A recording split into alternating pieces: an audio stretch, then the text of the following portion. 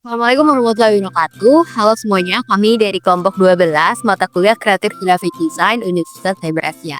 Dan di kelompok 12 ini ada anggotanya yaitu saya sendiri, Safara Manirangkudi, dan rekan saya, Sakda Ulusna.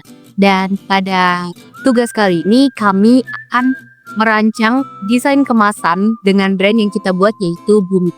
Brand dengan nama Bumi ini berasal dari bahasa Sanskerta yang berarti tanah, bumi, atau dasar kehidupan. Dan brand Bumi ini menjual produk berupa peralatan makanan. Seperti yang bisa dilihat, logo yang kami buat untuk brand Bumi ini terlihat seperti lucu, simple gitu, dengan ada kesan seperti ilustrasinya. Nah, nanti kita juga akan buat kemasan desainnya itu memiliki value yang sama seperti pada logo brand Bumi ini. Selanjutnya ada tipografi. Tipografi yang digunakan oleh brand Bumi ini ada dua. Yang pertama ada Bristol yang menjadi font utamanya. Lalu untuk font keduanya ada Balsamic Sans. Jadi Bristol ataupun Balsamic Sans, font utama dan font pendukungnya itu sama-sama memiliki gaya yang mendukung pada brand Bumi ini.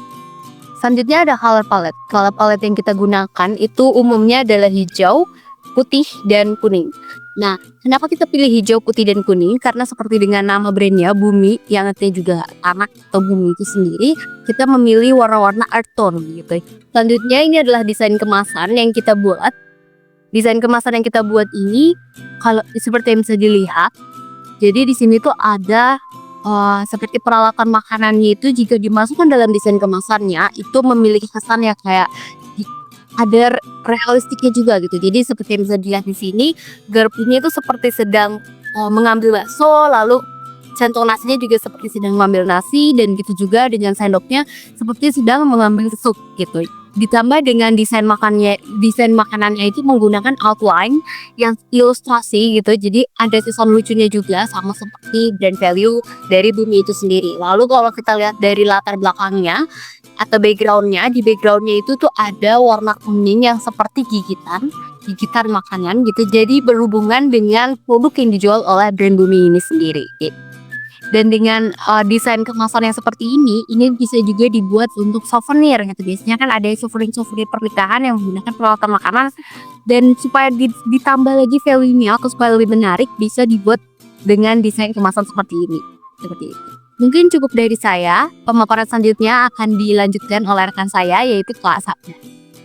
Nah, selanjutnya untuk target audiensnya sendiri dari produk Bumi ini, dari segmentasinya yaitu usia 15-35 tahun yang tertarik pada hal estetik, suka beli produk karena kemasannya lucu, dan juga senang berbagi hal visual di media sosial. Yang kedua, targetingnya yaitu konsumen yang membeli produk bukan hanya karena fungsinya, tapi juga karena tampilan visual dan desain kemasannya yang unik dan menggemaskan. Sedangkan positioningnya Bumi ini adalah peralatan makan sehari-hari yang tampil beda dari lewat kemasan yang lucu dan juga ilustratif. Nah, selanjutnya itu analisis kekuatan dan kelemahannya dari produk Bumi, yaitu untuk kekuatannya identitas visual yang unik dan juga natural. Nah, logo handwriting dengan elemen pohon menciptakan kesan yang kuat, otentik, dan juga mudah dikenali. Yang kedua, nilai filosofis yang kuat, yaitu mengusung konsep alami, berkelanjutan, dan juga ramah lingkungan yang sangat relevan dengan tren gaya hidup modern. Yang ketiga itu cocok untuk pasar niche, fokus pada produk alami atau produk zero waste, memungkinkan Bumi ini menargetkan komunitas konsumen yang sadar akan lingkungan. Sedangkan untuk kelemahannya sendiri, yang pertama itu adalah brand awareness-nya rendah. Jadi karena baru, Bumi ini mungkin belum memiliki exposure atau pengenalan yang luas. Yang kedua itu segmentasi pasarnya juga terbatas.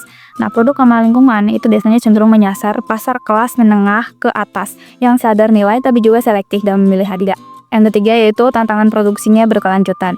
Nah, menjaga kualitas dan juga konsistensi produk natural itu bisa lebih kompleks dan mahal dibandingkan dengan produk massal. Mungkin cukup sekian presentasi dari kelompok kami. Kurang lebihnya mohon maaf. Wassalamualaikum warahmatullahi wabarakatuh.